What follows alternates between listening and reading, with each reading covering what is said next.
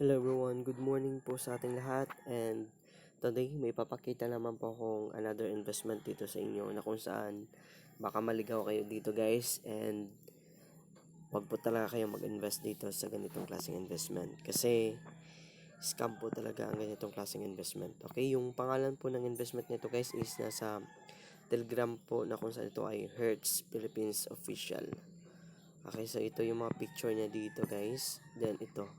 Kung makakita kayo ng mga ganito guys, huwag nyo nang patulan kasi sayang na yung pera nyo dito. Ayan. Mga ganyan. Ayan. So, paano ko nasabi na sayang guys? Okay, meron kasi dito akong investment na medyo malaki din yung nilagay ko dito. And as of today, okay, naka-generate na siya ng 52,000. And kung makikita nyo dito sa withdrawals record ko, meron pa silang hindi nabigay dito na 8,000, 14,000, 22,000. Ayan, lahat po ng request of withdrawal ko dito is rejected po ng kanilang system kasi isa na po ito sa mga scam. Nanglilimas ng ito dito ng pera, guys. Okay, kung makikita nyo dito, so ito yung kanilang contract. Then ito yung investment ko dito. Medyo marami na to dito yung investment ko guys. Then yung ewan ko kung saan makita dito yung complete investment ko dito. Kasi hindi sila dito nagbibigay ng payout guys. Kaya wag talaga kayo dito mag-join, no? Kasi halos lahat dito ng investment ay nakuha ko na lahat dito. Yung kanilang kuan. So ang ginagawa ko na lang dito guys, pinupurchase ko na lang lahat, no? Ang kanilang investment. Kasi parang wala kahit anong withdraw ko dito, hindi na talaga makukuha kasi ito dito.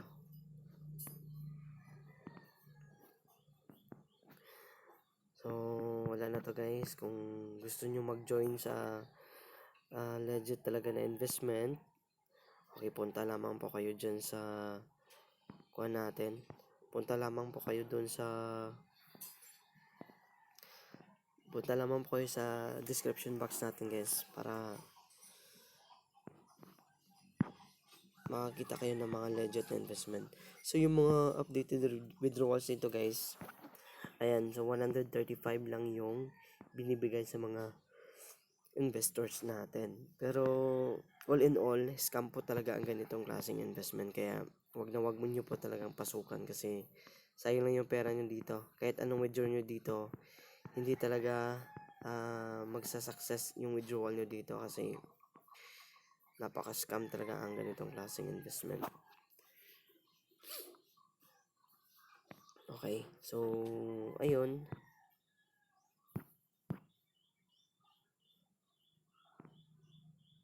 Sana malaki sana yung mga pera natin dito. Yung problema lang dito is talagang napaka not paying talaga ng ganitong klaseng investment guys. Okay sana, pero kung paying ito guys, matagal na akong maraming pera, no, dito. Ang problema lang dito talaga is scam po talaga yung kanilang investment. Kasi kung makikita nyo dito, okay, may nagpa-fuck you din dito guys. Yan, may mga signs din dyan na may mga galit, pero yung mga nagla-love dyan at saka nagpa-fire, yun yung mga kasabwat ng mga ganitong klaseng investment. Okay, papakita ko sa inyo kung bakit scam yung investment na yan. Kasi dito sa Telegram group, kung dito ko ba yun na kausap yung CS. Okay, may CS dito na CS ako dito na nakausap na kailangan ko daw bayad, no? Doon pala yun sa isang cellphone guys. Okay, doon yun sa isang cellphone. So, wala ni isang na payout pala ako dito, pero konti lang yung na payout natin dito, parang 100. ay 900 yung na-payout natin dito, no, 900. So all in all, rejected po lahat ng ating payout. Yan, 150, 150. Yan lang yung na-payout natin dito, guys, 150. Then the rest rejected na yun lahat kasi malaki na yung payout natin. So napaka walang hiyang investment pag ganito. So again guys, kapag makakita kayo ng investment na ganito, Hertz, huwag nyo talagang subukan kasi scam po ang ganitong klaseng investment. So yan lang muna yung ma-share ko today guys, and be wise on investing our money po.